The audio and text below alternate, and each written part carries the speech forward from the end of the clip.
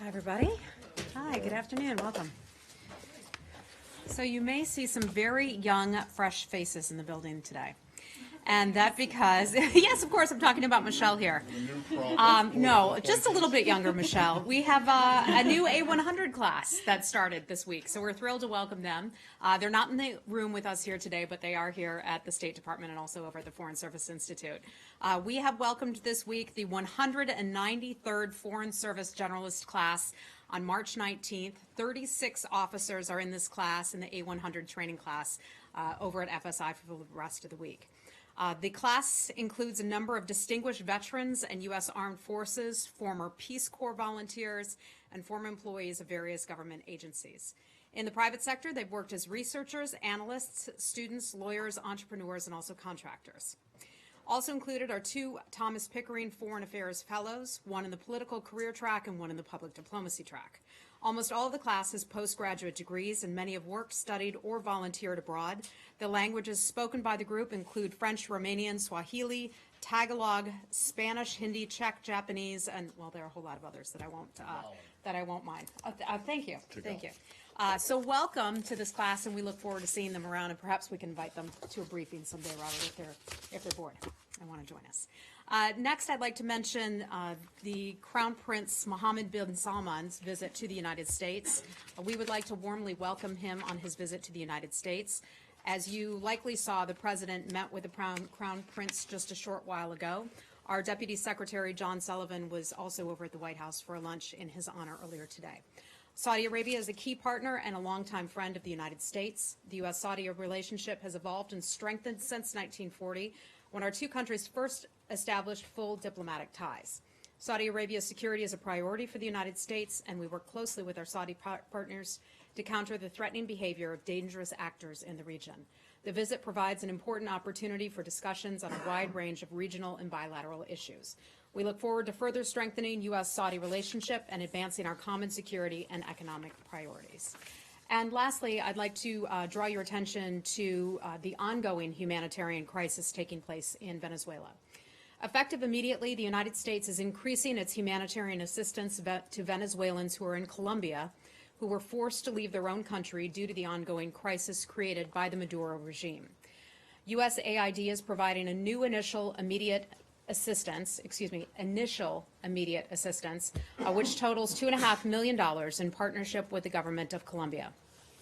That funding is in addition to $36.5 million that the State Department is providing in fiscal years 2017 and 2018 to support the regional humanitarian operations of UNHCR and other international organizations.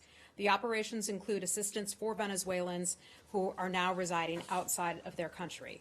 We applaud the government and the people of Colombia for their compassion in hosting hundreds of thousands of Venezuelans who fled their country. The United States stands with the hemisphere and democratic nations around the world in support of the Venezuelan people, wherever they may be. We will continue to closely monitor the crisis, and we are aware that UNHCR has issued an appeal for funding, and we are now considering that additional funding. And with that, I'd be happy to take your questions. Thanks. Hi, Matt. Hello. Happy Tuesday. Tuesday. Just very briefly on the A100 class. This is the first of the year, correct? Yes, it is. And how many more are planned? I don't know the answer to that, but we're happy to have the first one. And if I can find out how many more classes will be announced, I will let you know. And that and any progress made on the strategic hiring, is that still a thing since the Secretary is Which the hiring SHI, the hiring freeze, is that what you mean? The strategic hiring initiative that was announced by the Deputy Secretaries a couple weeks ago. And this is where we can bring on people on an as-needed basis. I believe that is all ongoing, but I'll double check the details and provide them to you. Would like to know if there's any impact if that has any impact on A100 class. Okay. Now, let's start. They've got a lot of work ahead of them, though. Yeah, I'm sure they do. Students do. I'm sure they do. Let's start with Russia, given the fact that I don't believe you guys have said anything yet. This building has not said anything yet about the election over the weekend. What did you make of it? Yeah, I think I would first draw attention to the fact that it's simply no surprise that Vladimir Putin was reelected and that he remains the leader of Russia. We have talked for a long time here about the clampdown on many of the freedoms that people should enjoy in Russia and have not been able to enjoy. We're watching closely the monitors who are involved in the election, the gold standard of monitors, the OSCE monitors. They have issued a preliminary report on the election. We have no reason to doubt that the report's conclusions are incorrect. We have every reason to believe that the conclusions are correct. I'd like to read for you just an excerpt from their preliminary report. The OSCE ODIHR team noted that the election in Russia took place in an overly controlled legal and political environment marked by continued pressure on critical voices. Restrictions on fundamental freedoms resulted in a lack of genuine competition and an uneven playing field. We saw in the news over the weekend that some people were paid to turn out to vote. We've seen that opposition leaders have been intimidated, jailed, and other things of the sort. So I would just draw us back to the OSCE preliminary report. We will review that report. We'll take a look at their final report when it comes out. Okay, so just as a little aside, ODIHR, we like to call it ODIR. Oh, thank you, Matt. Okay. Tell you, Matt should be doing this job. What are you doing sitting down there, Matt? This is very, this is a bit of a contrast here between what you just said and what was not said at the White House a little while ago, and what was not said in the president's phone call with President Putin, at least according to what the White House said. Does this mean your acceptance of your endorsement of the ODIR assessment?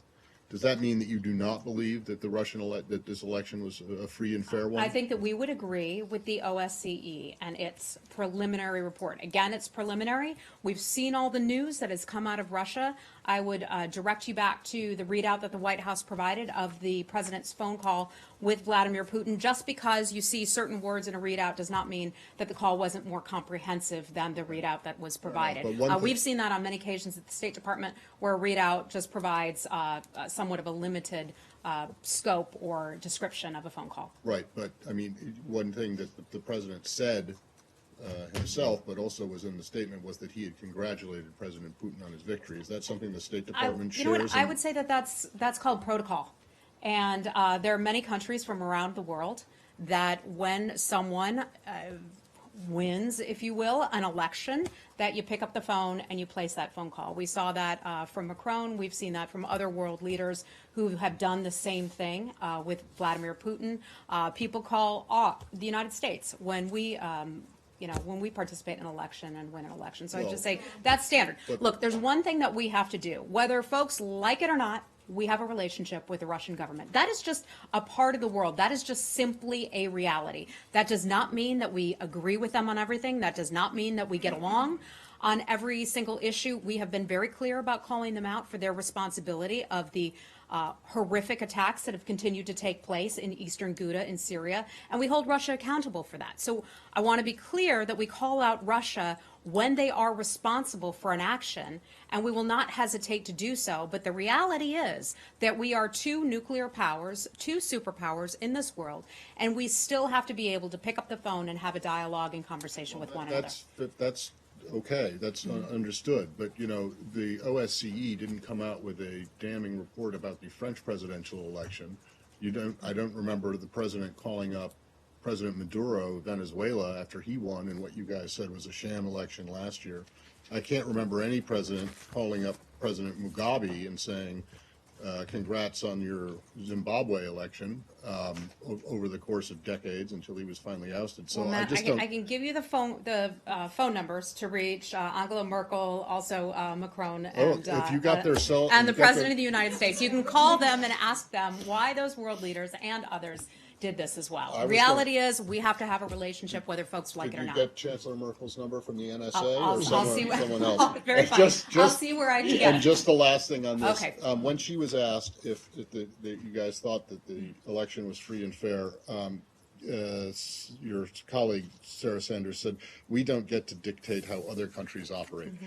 Does this, I mean, no one is saying that the United States dictates how other countries operate, but you do call them out, and you seem to have called them out here, despite what was not said at the White House. So I'm just wondering, when the human rights reports come out later on this month, potentially, or next month, Is there going to be criticism or a recognition of shortcomings in other countries' elections, regardless of Well, Russia? that regardless? human rights report has not been released just yet. We look forward to releasing it in the coming weeks. We don't have a date for it just yet. It has not been finalized at this point, so I'm not going to preview what's in it. And by the way, it's big, thick, and I haven't taken a look at all the details yet. You're not removing the United States from criticizing other elections that don't meet international standards, are you? The State Department, and the State Department does this. We will certainly call out other countries where other countries are responsible for bad actions. That hasn't changed. That doesn't change administration to administration. Leslie, go ahead. By the president calling and congratulating President Putin, was he actually saying that he then accepts that he is the new leader of Russia? As you know, I'm not over at 1600 Pennsylvania Avenue. I'm right here. So I'd have to refer you to the White House for that. I was not on the call. I don't know the tone. I don't know what was said in the call beyond what was released in the readout, and knowing that they also addressed some other matters such as Syria and other things that were not included in the readout. Right. Has there been anything from this department to the Russian government as far as reaching out and saying, that you don't necessarily agree with? Not that I'm aware of. I'm sure our embassy has had contact with the government, I would imagine, but I don't have anything specific to provide you. And then I have a follow-up. So if the congratulatory phone call to President Putin from Donald Trump accepts that he is the new president, do you expect, and also this was the same week that the U.S. ad gave, well, actually was it, today's Wednesday, I think it was Friday, where the U.S. added sanctions to against Russian officials. That was last week, yeah. Correct. Last Thursday. Correct. Do you expect President Putin to soften his stance towards U.S. Do you expect President Putin to be less aggressive towards the U.S. now, or do you see the U.S. continuing to up its pressure on Russia through sanctions? Well, sanctions remain a tool in the toolkit of the United States and many other countries. It's something that we don't hesitate to use, whether it's sanctions related to CATSA, that's what was announced last week. We don't preview our sanctions, but keep an eye on what will be coming forward in the coming weeks and months with regard to the United States and Russia. We have put sanctions in place as a result of Russia's activities in Ukraine. We, as many of you will recall, kicked out diplomats last year, or not that long ago. We also shuttered some of their buildings here in the United States, to much criticism from many in the press who accused us of being overly aggressive in asking the Russians to leave and in closing down some of those buildings. So we will take those actions and won't hesitate to take those actions when they're necessary, and we believe they're correct to do so. Speaking of holding Russia accountable, how would you describe the process as it stands right now for punishing or taking action against Russia for the spy poisoning? I'm sorry, say that again? How would you describe where the process is right now in terms of looking at possibly taking action against Russia after the poisoning in the UK? I think I just addressed that with Leslie. Let me back up for just a minute and say we stand firmly by our ally, firmly by the Brits. We have every reason to believe their accounting and their concerns, as do many other countries as well, about what took place against the gentleman living in the UK. So you saw the statement that was put out by the EU. NATO put out a statement as well, as did the Quad. So many other countries share our tremendous concerns about this activity that Russia took against this individual and his daughter living in the United Kingdom. So we understand and support what the British government has chosen to do in terms of kicking out the Russian diplomats from its country. As I just said to Leslie a minute ago, we're not going to preview some of our activities, but we are watching closely and we may be taking action. Okay, and because the U.S. at this point believes the UK's assessment, has no reason to disbelieve it, how does that make Russia any different from, say, North Korea, which has now been designated a state sponsor of terror for a very similar assassination? Right. We covered this last week. You may recall that under the chemical weapons treaty, that North Korea was determined to be out of compliance with that treaty obligation. And that is because North Korea used a weapon, a chemical agent against Kim Jong-un's, I always forget, half-brother, stepbrother, half-brother, thank you. They used that. It was not something that was put in place right away, sanctions against North Korea. So some of that can take some time. We evaluate, we assess, and then we put in place sanctions. I'm not going to rule out that that won't happen in the future. Okay. Hey, Saeed. Hi. Wait, Yes, from Russia? Oh, okay. Saeed, I'll come back to you. Okay. We'll do Saeed next. Okay. Hey, Lori. Hi, just on Russia, the British Foreign Secretary, Boris Johnson, has said that over the past decade, Russia has stockpiled nerve agent. It's not some simple, small thing. Do you agree with that assessment that Russia has been stockpiling some significant amount of nerve agent? You know, I'm not sure that we have a final conclusion on that. We know that Russia has declared some of its stockpiles, but I want to be clear that sometimes countries will not declare everything that they have. This is something that the United States will closely evaluate. So you don't accept as conclusive the Organization for the Prevention of Chemical Weapons determination that Russia had destroyed everything last fall? That's not a conclusive Well, determination? no, what I said is declared, and that's the key word, what a country has declared. We believe that they have destroyed their declared stockpile, but whether or not there was something that perhaps was undeclared, that could be a different story. Okay? Saeed. Yes, I want to go to the Palestinian issue. Do you have any reaction to the speech by Palestinian Authority President Abbas in which he levied a direct insult on the American ambassador? Yeah, I had a chance to meet with Ambassador Friedman last week and had dinner at his home and spent some time with my colleagues in Tel Aviv and also for a short period of time in Jerusalem. You know, I can say when I saw the comments that came out by Mahmoud Abbas, I mean, you look at that. It's a terrible thing to say about anyone. It's a terrible thing to say about a U.S. official. So comments like that are not only rude, but they're unhelpful. They're unhelpful because this administration would like to see an Israeli and Palestinian peace process. What he said is hampers the ability, we believe, to have the Israelis and Palestinians sit down and have a conversation together to work out a peace process. What they should focus their ire on is the horrific situation that has been unfolding for residents in Gaza.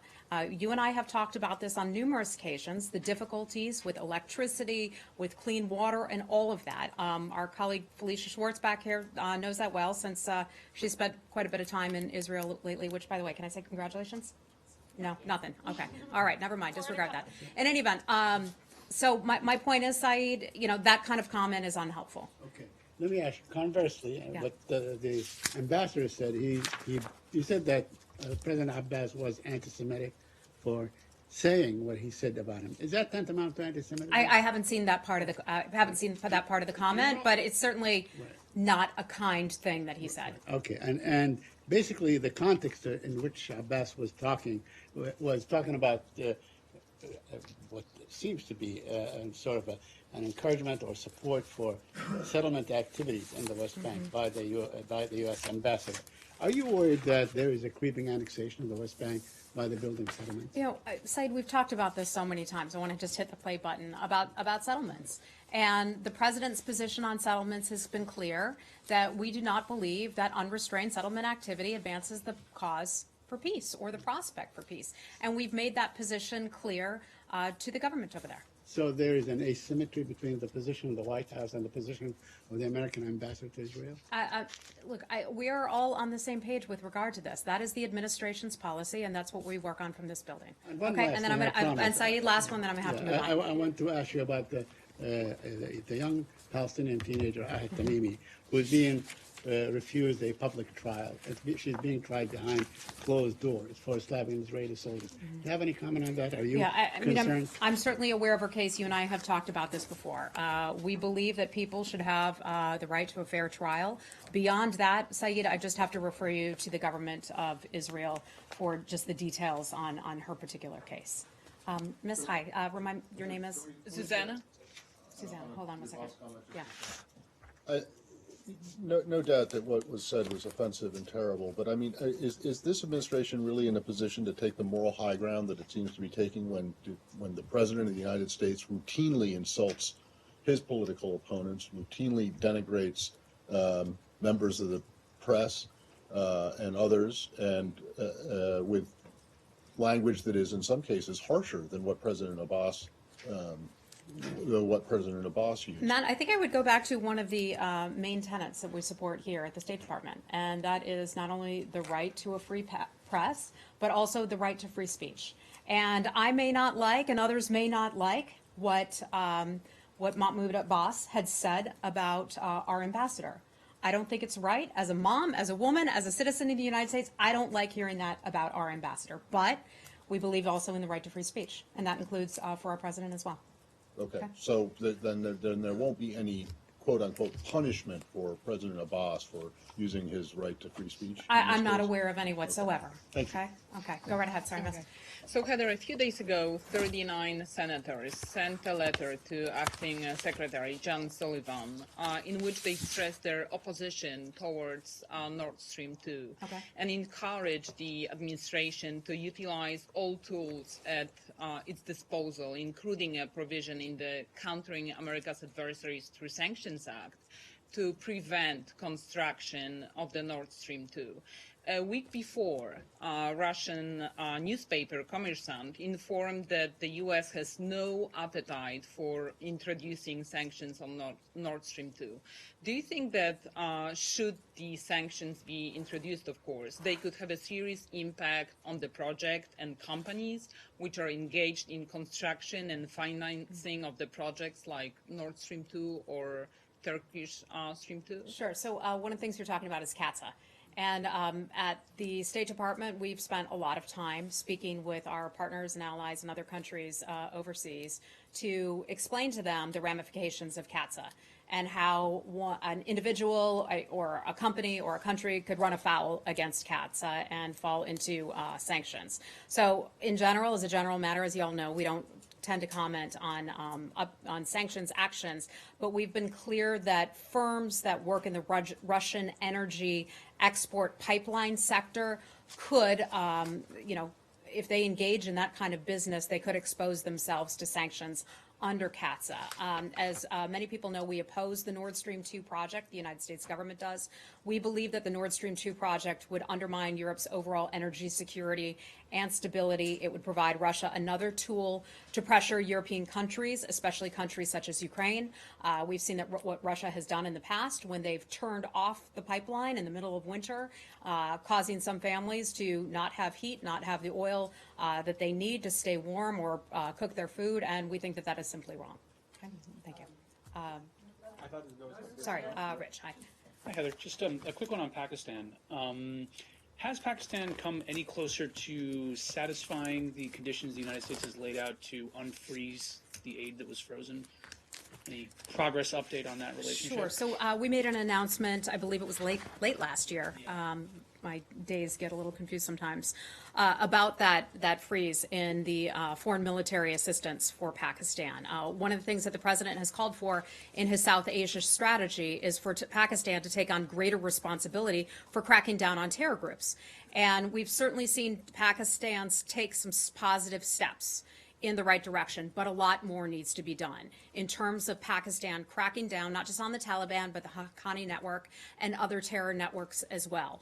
Vice President Mike Pence met with the Prime Minister Abbasi of Pakistan just on Friday of last week. They talked about the overall South Asia strategy, the administration's South Asia strategy, and that's one of the things that the Vice President addressed with him. He said, the government of Pakistan has to do more to address the continued presence of terrorism in Pakistan. There's a lot more that they can do, but they can also play a critical role in with the Taliban and getting the Taliban to come to the table in Pakistan. So encouraged by some steps, and what you're saying, the improvement that has to specifically do with terror networks? That is one of the key points, yes. Mm-hmm. Okay. Hi, Janet. Hi. Thank you very much. North Korea, two questions for North Korea. Quick question. Did you get any signal that North Korea has decided to release the U.S. detainees? I don't have anything for you on that. You know that the American citizens who are being held all around the world, remains one of the top priorities of this administration. When the president first came into office, that was something that he directed the State Department to do, to best oversee the welfare, the care, and bringing home of American citizens who are being held up overseas. We do have Americans there. You all know that, but I don't have anything new for you on that. Optimistic or pessimistic signal from Lee Hyung-ho talked with the Swedish ambassador. We don't have anything on that. We were not a part of those talks in Sweden. Alicia, do you have Alicia, I know you want to get a question in earlier rather than later. Do you have anything today? Actually, just following up on that, Okay. Ambassador Yoon on CNN last week said that he had reached out to the North Koreans and urged them to release the Americans. Was that a message that was coordinated with the State Department? Not that I'm aware of. If he did, I have no confirmation of him actually doing that. I saw part of the report that you're referencing, but I just don't have any confirmation as to whether or not he did that. We certainly hope that our people would be able to come home now. You know, he also said that he would work for this administration again if asked. Is that at all being considered? Not that I'm aware of. You know, we have our colleagues firmly in place, and they are doing a great job. And we are pleased to have Mark Lampert having picked up Ambassador Yoon's responsibilities, and also Susan Thornton and others taking on that role. So they're working hard on that portfolio. Hey. Yes.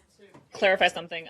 There was a news report from MBC TV in Seoul, so South Korean media, that Pyongyang and Washington were working on an agreement to release the 3 U.S. citizens held there. So can you confirm that that report is incorrect? Yeah, a bunch of you emailed me about that over the weekend, and I think that's just purely speculation at this point. We would love to have our American citizens brought home, a huge priority for this administration, but as far as we're concerned, there's nothing underway. We would, however, though, I want to be clear about how much we'd like our people to come home. Sorry, Okay. has Mark actually taken over that job? Not officially, but he's handling that portfolio as is Susan Thornton. All right, Dave, hi. Hi, the State Department Global Engagement Center has a contract with a British company, Strategic Communications Laboratories, to provide support to their the GEC stuff, the counter propaganda effort. SCL Limited has been kicked off the Facebook platform because it's the parent company of Cambridge Analytica. Can it continue to do its work without access to the Facebook platform? And do you share the concerns that Facebook has that it's been misusing user data? So I'm certainly aware of that report. What our relationship with that company, the Global Engagement Center, entered in a contract with Strategic Communications Laboratories. That is a division or a sister company of this Cambridge Analytica. The State Department has never worked with Cambridge Analytica, so I want to make that clear. The type of work that they have done for the Global Engagement Center is not related to social media. We do not take social media information.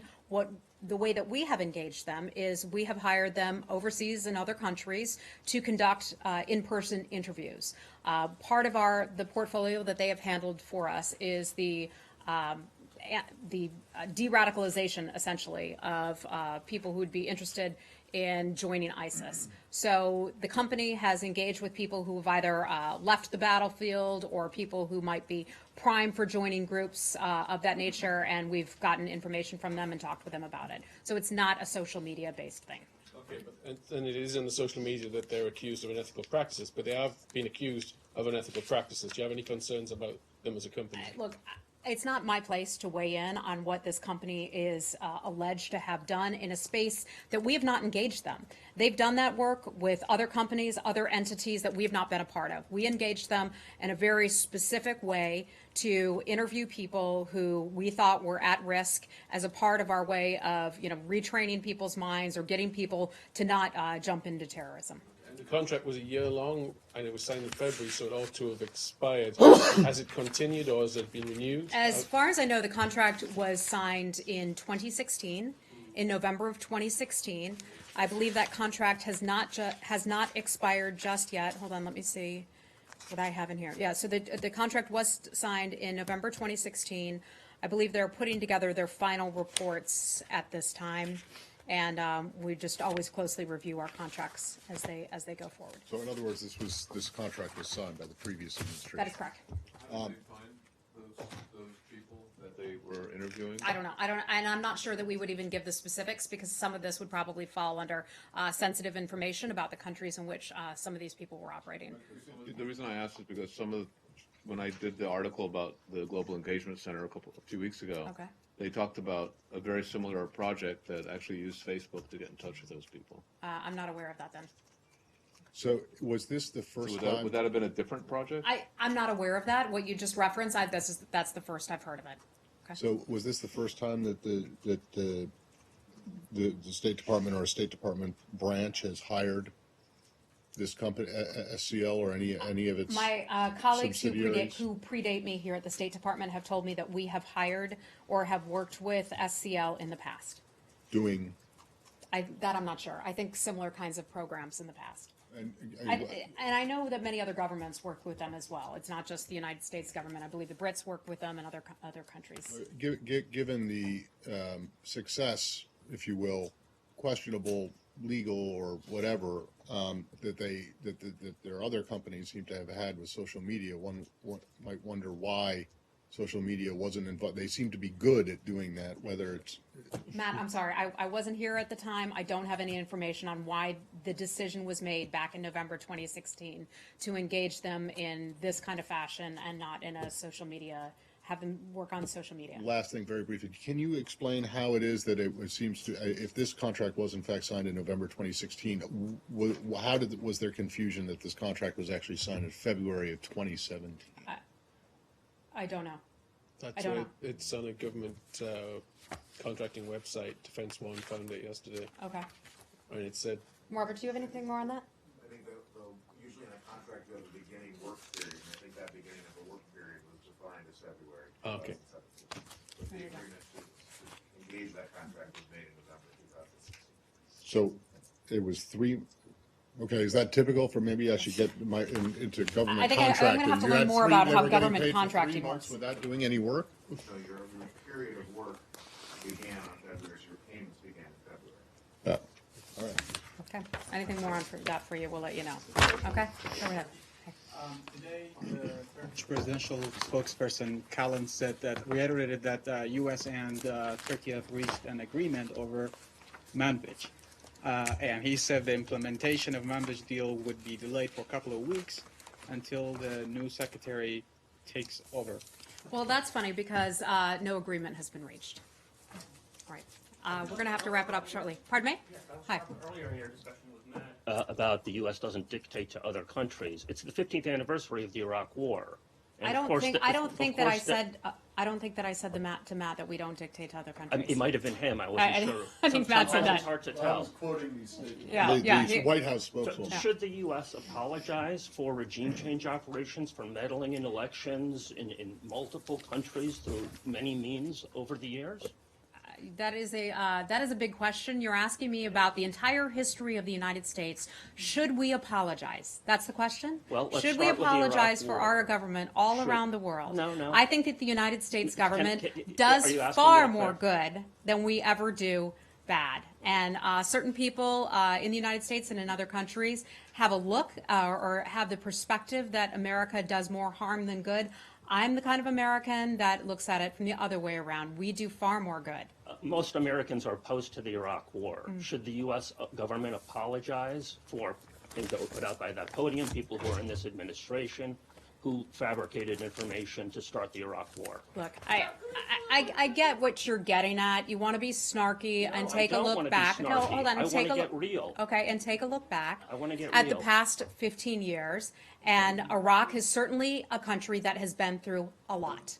I've been to Iraq. Many of you have been to Iraq in covering what has taken place there. Okay. I'm being anything but snarky.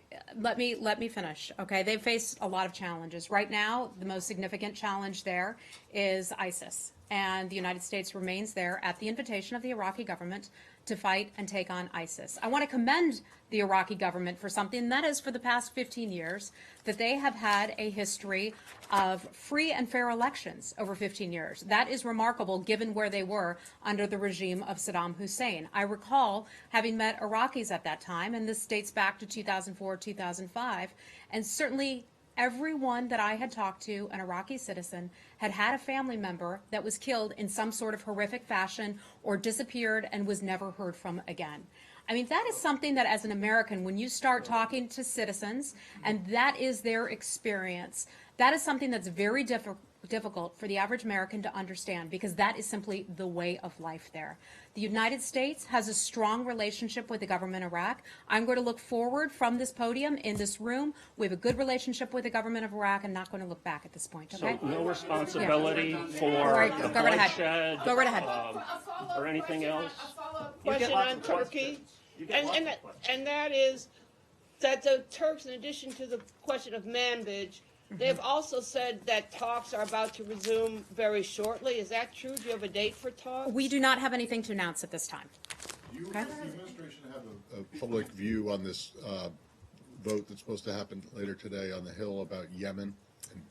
So I'm certainly aware of that vote taking place as it pertains to Saudi Arabia. You know, we typically don't comment on pending legislation or voting action taking place in Congress, but after the fact, if we have something for you on that, I'll let you know. That's not true. You take positions on there's statements of administration policy on proposed legislation on almost every single bill. That's not true, Matt, Yeah, because I punt to Congress quite often when it comes to those types of things. So I would just refer you back to Congress, okay? All right, thanks, everybody. We got to go.